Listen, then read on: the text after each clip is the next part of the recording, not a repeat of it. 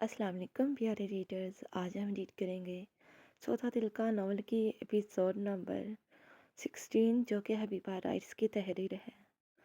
پیارے readers please channel کو subscribe اور ویڈیو کو ضرور لائک کر دیجیے گا۔ So let start this amazing novel. آرس بیٹا، کائنات بیگم اس کے اسٹڈی روم کے دروازے پر کھڑی اس سے مخاطب ہوئیں۔ جی ماما، آپ مجھے بس حکم دے تھی میں آ جاتا آپ کے پاس۔ وہ حیرت پھر شرمندہ ہوتے ہوئے ان کے پاس آ کر بولا۔ اس کے بقول اگر انہیں اس سے کچھ کام تھا تو وہ اسے حکم کرتی، وہ خود اس کے پاس۔ وہ حیرت پھر شرمندہ ہوتے ہوئے ان کے پاس آ کر بولا۔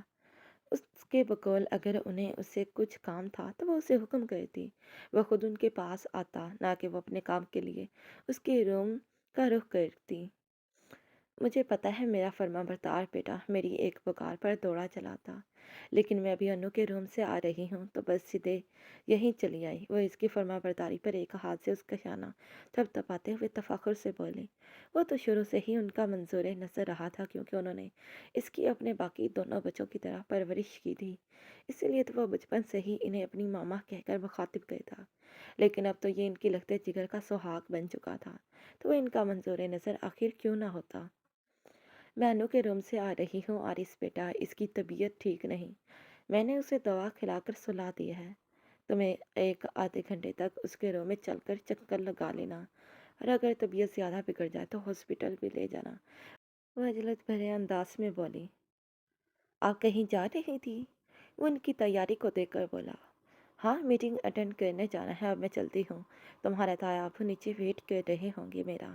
ہاں، اور یاد سے انو کو میڈیسن بھی کھلا دینا، وہ اس کے سوال کا جواب دیتے متفکر انداز میں کہتی، اسے آخر میں ہدایت دینا نہ بھولی۔ جی ماما، میں سب دیکھ لوں گا، آپ بے فکر ہو کر جائیں۔ وہ اپنی طرف سے انہیں یقین دہانی کرواتے ہوئے مدھم سا مسکرا کر بولا، جس پر وہ ملازمہ کی پکار کو سنتے ہوئے اس کا گال تھپ تھپا کر مسکرا کر عجلت بھرے انداز میں اس کے روم سے چلی گئی۔ انو تب سو رہی ہوگی، خیر میں تب تک اپنے اسائنمنٹ تیار کر لیتا ہوں۔ وہ اپنی کلائی میں بندھی واچ پر وقت دیکھتے خود سے مخاطب ہوا۔ اس کے بقول اس کی یہ اسائنمنٹ 20-25 منٹ تک تیار ہو جائے گی، تو پھر وہ اپنے کام سے فارغ ہو کر ایک بار میں ہی اس کے پاس چلا جائے گا۔ اتنا کہتے ساتھ ہی وہ بک شیلف سے اپنی مطلوبہ بک تلاش کر کے اپنی اسائنمنٹ تیار کرنے میں مگن ہو گیا۔ کون ہے آپ؟ دیکھیں میں میرے پاس نہیں آنا جا چاہیں۔ یہاں سے وہ 3-4 لڑکیوں کو اکٹھے ایک ساتھ روم میں انٹر ہوتے دیکھ کر وہ پل میں ان سے خوف زدہ ہوئی اور ڈرتے ہوئے انہیں اپنے پاس آنے سے منع کرنے لگی۔ میم، اب ڈرے نہیں، ہم تو آپ کو تیار کرنے آئی ہیں۔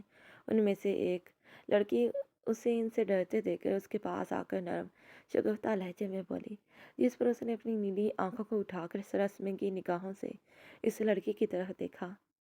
میم، اب یہ ڈریس پہن کر آئیں، خان صاحب نے خاص ہمیں آپ کو تیار کرنے کے آرڈرز دیے ہیں۔ اور اس نے دوسری لڑکی کے ہاتھ میں پکڑے ایک سٹائل سے ریڈ کلر کا لہنگا کرتی اس کے سامنے پھیلاتے ہوئے بتایا، جبکہ اس تڑکتے بھڑکتے شوخ رنگ کے سرخ لباس کو دیکھتے اس کی آنکھیں لبالب آنسوؤں سے بھر آئیں۔ ایک بار پھر اس کے لبوں پر اپنی قسمت کی ستف ظریفی کو لے کر شکوہ ٹھہرا۔ میم اٹھیں، ایک لڑکی اس کی آنکھوں میں آنسو مجتمع ہوتے دیکھ کر ہولے سے بولی، جس پر وہ اپنے بے ساختہ امنڈ آنے والے آنسوؤں کو ہاتھ کی پشت سے بے دردی سے گال سے پونچھتے ہوئے اس کے ہاتھوں میں اس لباس کو لے کر مریل قدموں سے چلتی ہوئی اس کمرے سے ملحقہ ڈریسنگ روم میں بند ہو گئی۔ اس نے رنجیدگی سے اپنے ہاتھوں میں موجود اس سرخ رنگ کے لباس کو دیکھا، جس رنگ سے اسے شدید نفرت سی ہو گئی تھی، اور اس سرخ رنگ سے اسے انتہا کی نفرت تب محسوس ہوتی جب وہ اس کے تن کی زینت بنتا، اور تب اسے اپنے ہی وجود سے گھن آنے لگتی، اور وہ نفرت و حقارت سے اپنے بدن پر سجے اس سرخ رنگ کو دیکھتی، کیونکہ اس کے لباس پر یہ سرخ رنگ کسی کی آنکھیں سینکنے کا ذریعہ بنتا تو دوسری طرف اس کے روح کی آزاری کا باعث سامان بنتا۔ میم جلدی کریں، 9 بجنے والے ہیں، اور سر نے ہمیں 1 گھنٹے دیا ہے آپ کو تیار کرنے کے لیے، پلیز میم باہر آ جائیں۔ ان میں سے ایک لڑکی ڈریسنگ روم کے دروازے کو نوک کر کے بجاتے ہوئے اسے ڈریسنگ روم سے باہر نکلنے کے لیے اصرار کرنے لگی۔ وہ جو ڈریسنگ روم کی کبر سے ٹیک لگا کر بیٹھی اپنی ذات کی بے قدری پر نالا ہوتے ہوئے آنسو بہانے میں مگن تھی، اس لڑکی کی آواز کو سنتے ایک بار پھر سے اپنے آنسو کا گلا گھونٹتے وہ کبر کا سہارا لے کر اٹھتے ہوئے دروازہ کھول کر باہر آ گئی۔ میم تھینک گاڈ آپ باہر آ گئی۔ ہمیں لگا شاید آپ کے ساتھ کوئی مسئلہ ہو گیا ہے جس کی وجہ سے آپ باہر نہیں نکل رہی۔ مقابل جو بھی لڑکی تھی شاید کوئی بہت بڑی بات ہونی تھی جس کی غیر ہوتی حالت کو جانے بنا مسلسل پٹر پٹر بولے جا رہی تھی۔ واہ میم، آپ کی دودھیا رنگت پر یہ سرخ رنگ کس قدر جچ رہا ہے۔ اس نے اس کے نازک سراپے پر جچ رہے اس لباس کو دیکھتے اس لڑکی نے خوشی کا اظہار کرتے ہوئے اس کی تعریف کی اور اس کا ہاتھ تھام کر اسے ڈریسنگ ٹیبل کے سامنے پڑے اسٹول پر بٹھا دیا۔ میم آپ بےحد خوبصورت ہیں، اس لیے تو خان سر آپ پر فدا ہو گئے۔ ان میں سے ایک لڑکی اس کے سامنے قیمتی سفید ہیروں اور اس لباس کے رنگ سے امتزاج رکھتے ہوئے سرخ رنگ کے موتیوں سے چمکتے نیکلس کو اس کے چہرے کے سامنے کرتے بولی، اور پھر بولنے کے ساتھ ساتھ اس نے پیچھے سے ہو کر اس کی نازک سراہی دار گردن میں اس نیکلس کو پہنا کر پیچھے سے اس کے ہک سے اس نیکلس کو اس کی گردن میں فکس کر دیا۔ اس کے ساتھ ایک لڑکی نے اس کی دودھیا کلائی میں سرخ رنگ کی چوڑیاں پہنائی، جبکہ دوسری پاس کھڑی لڑکی نے اس کے دوسرے ہاتھ میں تو ان میں سے کوئی اس کے چہرے کے خوبصورت نینو نقش کو بنا سنوار کر مزید نکھارنے میں جتی ہوئی تھی۔ تقریباً 2 گھنٹے کے بعد وہ اس کی نازک زخمی سراپے کو میک اپ جیولری سے بنا سنوار کر اس سے دور ہوئی، جبکہ وہ اس دوران بے حسی کا مظاہرہ کرتے ہوئے ان سب کا خاموشی سے تکتے بے بسی ہو کر محض دیکھتی رہ گئی۔ میم اللہ پاک آپ کی اور خان سر کی جوڑی کو یوں ہی تعمیر سلامت رکھے، ایک لڑکی نے اس کی خوبصورتی سے سجائے گئے سراپے کے ایک ایک نقوش کو سراہتے ہوئے بولی۔ آمین، جبکہ دوسری لڑکی نے بے ساختہ آمین کہہ کر اپنی ساتھی لڑکی کی بات پر مہر لگا دی۔ یہ اکرام خانزادہ کی بھیجی ہوئی لڑکیاں تھیں جو اس نے یہ کہہ کر ان سب کو اپنے فلیٹ میں بلوایا کہ وہ اپنی بیوی کو ایک دم پہلے دن کی دلہن کی طرح تیار شیار ہو کر بنا سوار دیکھنا چاہتا ہے، جس پر وہ اس وقت اس کے کہنے پر یہاں کھڑی تھی، اور انہیں یہی لگا رہا تھا کہ یہ سامنے کھڑی معصوم سی لڑکی اس آدم خور اکرام خانزادہ کی بیوی ہے، کیونکہ اکرام کے قصے ہر سرکل میں مشہور تھے۔ اوہ شٹ، میں کیسے بھول گیا اس چڑیل کو دیکھنا۔ وہ شیلف میں کتاب رکھ رہا تھا جب دفعتاً اس کی نظر اس شیلف میں نصب کی ایک کلاک پر پڑی جہاں 10:30 بج رہے تھے، جبکہ کائنات بیگم کو یہاں سے گئے 2 گھنٹے سے اوپر ہونے والا تھا۔ وہ اپنے کام میں اس قدر مگن تھا کہ اپنے ارد گرد کا بھی ہوش بھلائے بیٹھا تھا۔ اب یاد آتے ہی انائزہ کے روم میں بھاگا۔ انو کہاں ہو یار؟ جب وہ اس کے روم میں آیا تو وہ اسے بیڈ پر تو کیا پورے روم میں نظر نہ آئی۔ یہ سوچ کر کہیں وہ ٹیرس اپنی پسندیدہ جگہ پر بیٹھی ہو۔ اس نے بھی چیک کر لیا لیکن وہ اسے کہیں نہیں ملی۔ مایوس ہو کر واپس پلٹ آیا جب اسے دفعتاً باتھ روم سے پانی کے گرنے کی آوازیں سنائی دینے لگی۔ انو یار تم باتھ روم میں ہو کیا؟ وہ ڈریسنگ روم میں چلا گیا اور باتھ روم کا دروازہ نوک کرتے لہجے میں فکر سموئے پوچھ رہا تھا۔ باتھ روم میں ہو تو پلیز کچھ تو جواب دو۔ وہ اس دروازے کے باہر ہنوز خاموشی کو دیکھتے اب کی بار صحیح معنوں میں پریشان ہوا تھا اور دروازے کو توڑ کر کھولنے کی کوشش کرنا لگا۔ جب وہ ذرا سا دباؤ لگنے کی وجہ سے کھلتا چلا گیا، بےتابی سے بڑھ کر اس نے باتھ روم میں اپنا پہلا قدم رکھا، لیکن دل میں ڈر بھی تھا کہ جانے وہ کس حالت میں ہوگی، اور وہ بے شرموں کی طرح منہ اٹھائے اس کے باتھ روم میں گھسا جا رہا تھا۔ باتھ روم میں انٹر ہوتے ہی اس کی نظر سامنے باتھ ٹب کے کنارے پر موجود اس کے ہاتھ پر پڑی تو وہ بے قراری سے دوڑتا ہوا باتھ ٹب تک پہنچا جہاں وہ کالج یونیفارم میں اپنی آنکھیں بند کیے بے سدھ لیٹی ہوئی تھی۔ اس نے ایک ہاتھ بڑھا کر اس کے سر کے نیچے رکھا اور دوسرا ہاتھ اس کے چھانے پر رکھ کر اسے باتھ ٹب میں موجود پانی سے تھوڑا اوپر کیا اور پل کی دیری کیے بنا اسے اپنے مضبوط بازوؤں کی گرفت میں لے کر اپنی باہوں میں بھر کر اٹھا کر بیڈ تک لایا اور پھر اسے بیڈ پر لٹا دیا۔ انو یار آنکھیں کھولو۔ اس کے جسم سے جان نکل رہی تھی اس کی ایسی حالت دیکھ کر۔ اس کی یہ حالت اس سے ہر بار کی طرح غفلت برتنے کی وجہ سے ہوئی تھی۔ اس کا جسم تانبے کی طرح تپ رہا تھا اور وہ شرمندگی سے اس کے بے سدھ ہوئے وجود کو دیکھ رہا تھا۔ اس کے بدن کی تپش کو محسوس کر کے اس نے اپنے فیملی ڈاکٹر کو کال ملائی، جس پر اسے پتہ چلا کہ وہ تو یہاں موجود نہیں، جس پر اس نے لب بھیج کر فون کال کٹ کر دی۔ انو یار آنکھیں کھولو، آئی ایم سو سوری، میری وجہ سے یہ سب ہوا۔ وہ اس کا چہرہ تپتپا کر اس کو ہوش میں لانے کی کوشش کر رہا تھا جب اس نے کھانستے ہوئے اپنی آنکھیں کھول دیں۔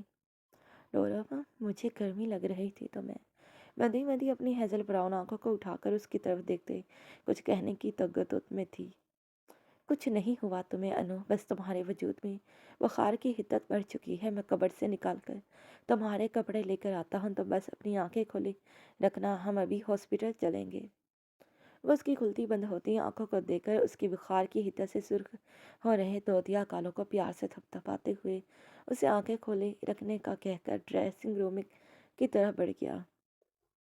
کچھ دیر کی تگدد کے بعد وہ اس کے کبرڈ سے اس کے لیے شرٹ اور کیپری لے کر اس کے پاس آیا۔ جب اس نے دیکھا وہ ایک بار پھر اپنی آنکھیں موند گئی تھی، اس نے بے بسی سے اپنے ایک ہاتھ میں پکڑے اس کے کپڑے کو دیکھا اور دوسری طرف گلے کپڑوں میں موجود اس کو، جو اس کے وجود سے چپک کر اس سفید یونیفارم میں اس کے دودیا سنہری نازک جسم کے خد و خال کو واضح کر رہے تھے۔ ایک فیصلہ کرتے وہ اپنے ہاتھوں میں پکڑے کپڑوں پر اپنی گرفت مضبوط کرتا اس کی جانب بڑھا تھا۔ کچھ دیر کی تگدد کے بعد وہ اس کی کبر سے اس کے لیے شرٹ اور کیپری لے کر اس کے پاس آیا۔ جب اس نے دیکھا وہ ایک بار پھر اپنی آنکھیں موند گئی تھی، اس نے بے بسی سے اپنے ایک ہاتھ میں پکڑے اس کے کپڑوں کو دیکھا اور گلے کپڑوں کو، جو اس کے وجود سے چپک کر سفید یونیفارم میں اس کے دودیا سنہری نازک جسم کے خد و خال کو واضح کر رہے تھے۔ ایک فیصلہ کرتے وہ اپنے ہاتھوں میں پکڑے کپڑوں پر اپنی گرفت مضبوط کرتا اس کی جانب بڑھا تھا۔ انو، آنکھیں کھولو یار، اپنے تئیں اس نے انازا کے گال تھپ تھپا کر اسے اٹھانے کی ایک چھوٹی سی کوشش اور کی، جبکہ اس کی ہنوز بند آنکھیں، جس پر اس کی غلافی لمبی پلکیں جو اس کی بند آنکھوں پر اپنا گھنا سایہ کیے ہوئے تھی، اس کی پلکوں کی جنبش کو دیکھا جو جھلمل کرتی ہوئی کبھی بند ہو رہی تھی تو کبھی کھل رہی تھی۔ اس نے اس کی دائیں جانب پڑے ریموٹ کو دیکھا اور پھر اس کے بٹن کو دبا کر سارے کمرے کی لائٹس آف کر دی اور پھر ہاتھ بڑھا کر سائڈ لیمپ کو بھی بجھا دیا۔ اس کے گردن کے پیچھے ہاتھ رکھ کر اسے کندھوں سے تھام کر اپنے روبرو کیا اور کپ کپاتے ہاتھوں سے ہاتھ اس کی شرٹ کی زپ پر رکھا۔ ایم سوری انو، میں جانتا ہوں جب تم ہوش میں آؤگی تمہارا کیا ری ایکشن ہوگا، اس کے باوجود ایم سو سوری۔ بات کرتے ہوئے اس کے لب اس کی کان کی لو سے ٹکرا رہے تھے، جس پر وہ ہلکا سا کسمسائی تھی، جس پر بے اختیار عارض خانزادہ کے لب مسکراہٹ میں ڈھلے تھے۔ اور پھر اپنی آنکھیں بند کرتے ہوئے اس نے اپنے اور اس کے درمیان ایک پردے کی لہر کو گراتے ہوئے پل میں اس کے بدن سے اس کے گیلے کپڑوں کو دور کیا اور پھر اپنے لائے گئے کپڑے اسے پہنا دیے اور اسے بازوؤں میں اٹھا کر کمرے سے باہر نکل گیا۔ سر، آئی تھنک اب ہمیں یہاں سے چلنا چاہیے۔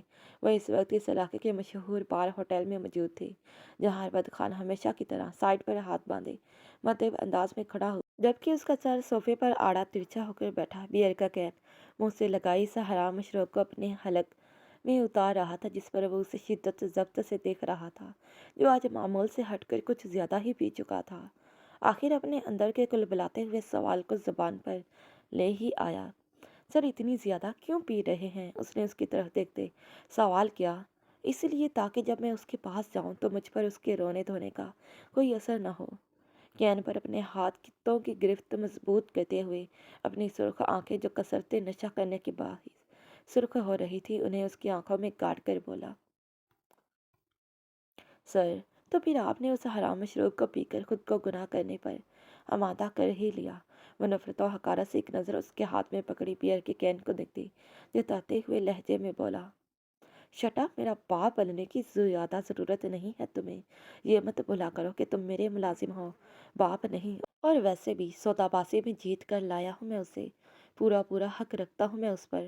وہ اپنی بہت پہلے کی کہی ہوئی بات کو اس کے سامنے دہراتے ہوئے گرج کر بولا، پر سر وہ انسان ہے، ایسا تو جانوروں کے ساتھ بھی کوئی نہیں کرتا جیسا کہ اس کمزور صنف نازک کے وجود پر تبریز خان جیسے مرد نے اپنی درندگی دکھا کر کیا۔ اور مبارک ہو، اب آپ ہی اس کیٹیگری میں بہت جلد یہ سب کر کے شامل ہونے والے ہیں۔ اس نے ایک زہر خون نگاہ اس پر ڈالتے ہوئے اپنے تئیں اسے آئینہ دکھانا چاہا۔ شٹ اپ، تمہاری ہمت بھی کیسے ہوئی میرا شمار اس جیسے گھٹیا آدمی کے ساتھ کرنے کی؟ میں اس کے بدلے میں اسے بہت بڑی قیمت ادا کر دوں گا اور اس کے گھر بھی پہنچا دوں گا۔ وہ اس کے آئینہ دکھانے پر الٹا چلایا، کیونکہ وہ اپنی بات پر اب بھی باضد تھا اور خود کو اپنی جگہ درست سمجھ رہا تھا۔ ایکچولی اب لگتا ہے مجھے اپنا اسٹرکچری چینج کر لینا چاہیے، کیونکہ تم میرے سامنے کچھ زیادہ ہی بک بک کرنے لگے ہو اور مجھے ایسے پاگل کتوں کا علاج کرنا خوب اچھے سے آتا ہے۔ وہ اپنی جگہ پر سے بڑی فرصت سے اٹھا اور پھر ایک ہاتھ سے اس کے گریبان کو جکڑ کر دوسرے ہاتھ کی انگلیوں کو انگوٹھے سے چونچ کی شکل میں پھڑپھڑا کر ملاتے ہوئے گویا جیسے اسے اپنی بکبک بند کرنے کا حکم دیا۔ کل سے میرے فارم ہاؤس پر گارڈ کی پوسٹ تم سنبھالو گے۔ بل پے کر کے چلے جانا فارم ہاؤس۔ تمہاری پوسٹ تمہارا انتظار کر رہی ہے، اور میرا انتظار وہ حسین پری پیکر کا وجود۔ اسے جلانے کی غرض سے آخر میں بڑے سکون سے اس نے اپنی ایک آنکھ کے کونے کو میں نے خیزی سے دبایا۔ اس نے اس کے گریبان کو ایک جھٹکے سے چھوڑا اور پھر لبوں پر شریر دل جلا دینے والی مسکراہٹ سجائے اس کی طرف دیکھنے لگا، جبکہ اس کی اس زہریلی مسکراہٹ کو دیکھتے اربد خان کا جی چاہا اس کمینے کا منہ نوچ لے جس خوبصورت چہرے سے وہ اس کے سامنے مسکرا رہا تھا۔ اوپس، اتنی کم تنخواہ میں اب کیسے میری کزن کا خرچہ پانی اٹھاؤ گے؟ وہ اس کے سرخ تمتماتے چہرے کا بغور جائزہ لیتے اس کا مذاق اڑاتے بولا، جبکہ اس کے کزن کے نام پر اس کے 14 طبق روشن ہو گئے۔ آخر اکرام کو کیسے پتا چلا کہ وہ اس کی کزن انائشہ کے ساتھ نکاح کر چکا ہے؟ کیوں چونک کہنا؟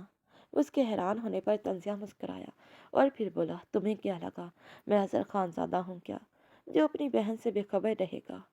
نہیں، میں اس کی برابری کروں یا اس جیسا ہونا چاہوں تو میں ایسا کبھی ہو نہیں سکتا، کیونکہ میں اکرام خانزادہ ہوں۔ جس قدر میرے لیے انائشہ اہم ہے اس قدر ہی انائشہ میں نے کبھی دونوں میں فرق نہیں کیا۔ یہ تم اچھی طرح سے جانتے ہو، پھر کیسے تم نے یہ سوچ لیا کہ تم مجھ سے اتنی بڑی بات چھپاؤ گے اور مجھے پتہ تک نہیں چلے گا؟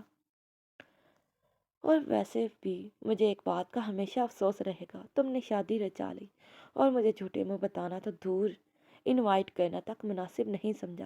سو sad, but I promise you, جب میرا نکاح ہوگا تو میں نہ صرف تمہیں انوائٹ کروں گا بلکہ اپنا گواہ بھی بناؤں گا۔ آفٹر آل اب تم میرے بہنوئی جو ٹھہرے، اتنا حق تو بنتا ہے نا اب مجھ پر تمہارا۔ ٹیبل کے پاس کھڑے ہو کر ٹیبل پر سے بیئر کا کین اٹھا کر اسے منہ لگا کر اس پر بھرپور طنز کرتے بولا، سر تب بخدا میرا ایسا کوئی ارادہ نہ تھا، پر حالات ایسے تھے، مجھے نکاح کرنا پڑا۔ پر اب جب نکاح ہو گیا ہے تو میں اب جا کر بھی انائشہ کو خود سے دور نہیں کر سکتا۔ اسے اپنے وجود کا حصہ بنانے کے بعد میں اسے خود سے دور نہیں کر سکتا۔ اس کی جان حلق کو آئی یہ سن کر کہ وہ اس کے نکاح کا جان گیا ہے تو اب وہ سب کچھ جان چکا ہوگا۔ اب وہ اس کے اور اپنے درمیان حائل 2 قدم کا فاصلہ مٹاتے ہوئے اس کی جانب بڑھا۔ اسے لگا وہ شاید اس پر اس لیے خفا ہو رہا تھا۔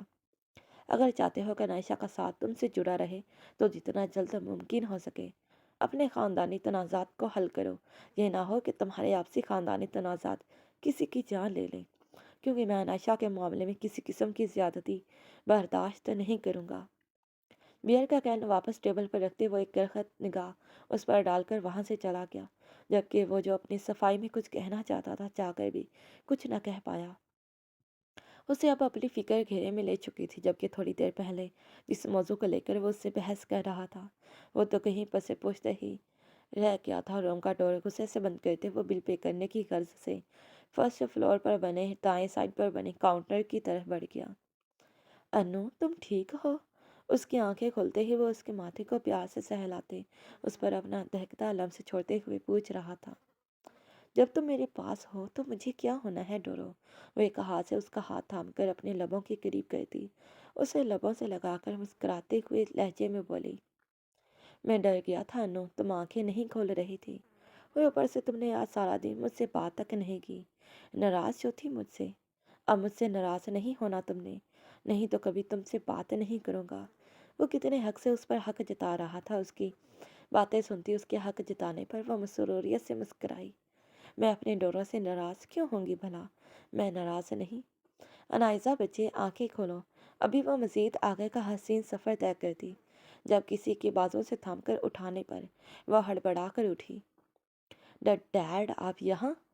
اپنے باپ کو یوں اچانک اپنے سامنے دیکھ کر وہ ہڑبڑا کر اٹھی۔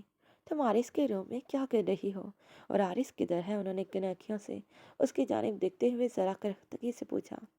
مجھے بخار تھا ڈیڈ، میں تو اپنے روم میں سو رہی تھی، پتہ نہیں پھر یہاں کیسے آ گئی۔ اپنے آپ کو آرس کے روم میں پا کر وہ بکھلا گئے اور اپنے باپ کو سامنے دیکھ کر اس کی تو سٹی گم ہو گئی۔